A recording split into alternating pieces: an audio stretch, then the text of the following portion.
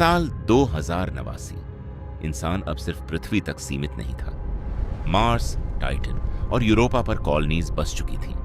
लेकिन पूरे ब्रह्मांड में एक जगह ऐसी थी जिसका नाम सुनते ही सबसे बड़े एस्ट्रोनॉट्स भी डर जाते थे। एक ग्रह जिसके आसपास पहुंचते ही स्पेसशिप गायब हो जाती थी, जहां सिग्नल्स काम करना बंद कर देते थे और जहां से आज तक कोई वापस नहीं आया। उस ग्रह का नाम था नोवा नौ।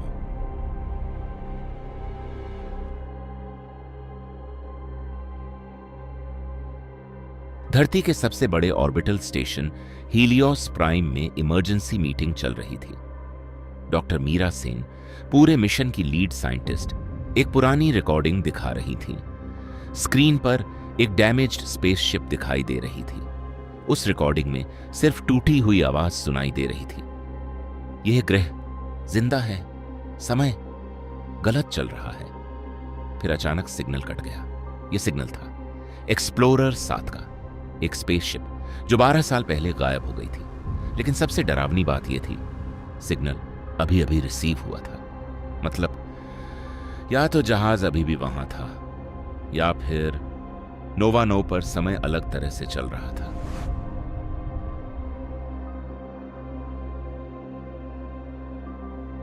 मिशन के लिए चुनी गई टीम, कैप्टन आर्यन राठौड़, एक फियरलेस पायलट जिसने पहले भी इम्पॉसिबल मिशंस पूरे किए थे।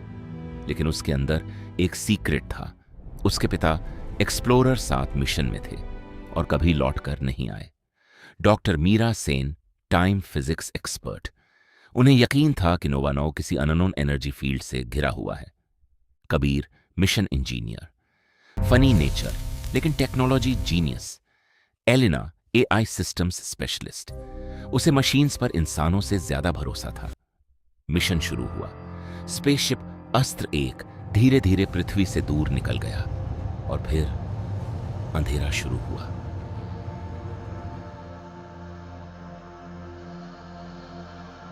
नोवा नौ के पास पहुंचते ही सारे स्टार्स गायब होने लगे, जैसे ब्रह्मांड की रोशनी उस जगह तक पहुंच ही नहीं रही थी। सडनली पूरे जहाज में अलार्म्स बजने लगे। Warning, temporal distortion detected. जहाज के बाहर समय मुड़ता हुआ दिखाई दे रहा था। घड़ियां तेजी से घूमने लगी। कुछ सेकंड्स में कबीर के बाल सफेद हो गए। फिर अचानक सब नॉर्मल हो गया।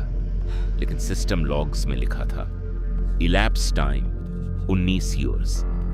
टीम शॉक में थी। उनके लिए सिर्फ 3 मिनट बीते थे, लेकिन बाहर की दुनिया में 19 साल गुजर चुके थे।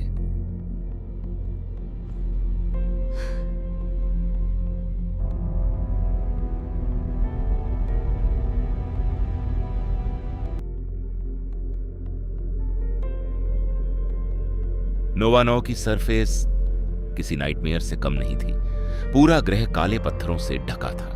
आसमान लाल था और दूर दूर तक विशाल एबंडेंट स्ट्रक्चर्स खड़े थे, जैसे कोई सिविलाइजेशन एक ही पल में गायब हो गई हो। अचानक आर्यन को एक हेलमेट मिला।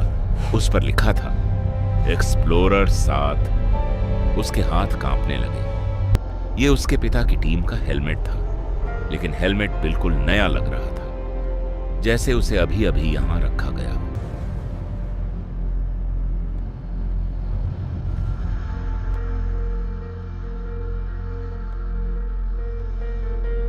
टीम आगे बढ़ी और उन्होंने जो देखा उसे देखकर सबकी सांस रुक गई। पूरा एलियन सिटी समय में फ्रोजन था। लोग भागते हुए स्टैच्यूज बन चुके थे।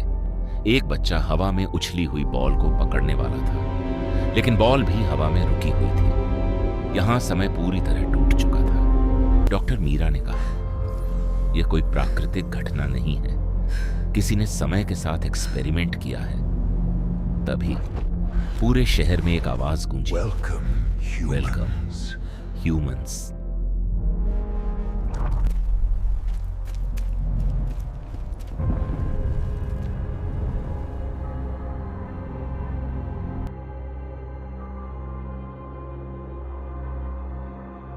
टीम अंडरग्राउंड चेंबर में पहुंची।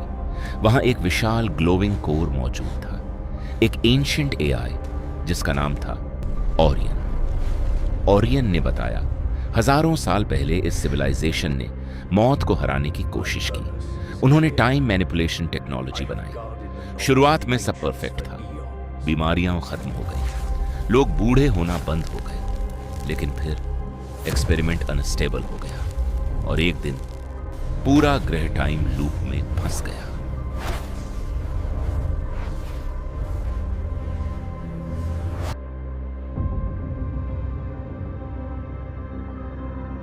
ओरियन ने आर्यन को एक हिडन चैम्बर में ले गया।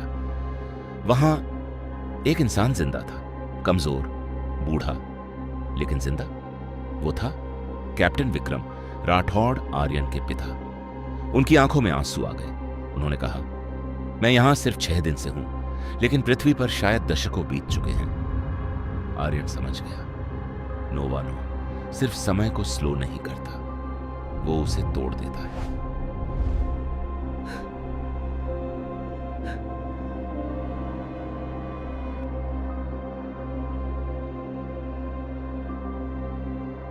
ओरियन ने चेतावनी दी, टाइम कोर अनस्टेबल हो चुका है। अगर इसे बंद नहीं किया गया तो पूरा सोलर सिस्टम टाइम कोलैप्स में फंस जाएगा।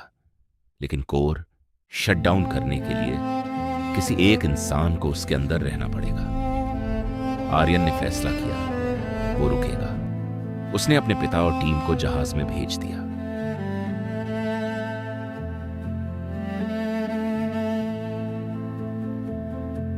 आर्यन ने आखिरी बार पृथ्वी की रिकॉर्डिंग देखी, फिर धीरे से कहा, कुछ रहस्य इंसानों को कभी नहीं जानने चाहिए। उसने शटडाउन बटन दबा दिया। पूरा ग्रह रोशनी में बदल गया। टाइम वेव्स स्पेस में फैल गईं और फिर सब कुछ शांत हो गया।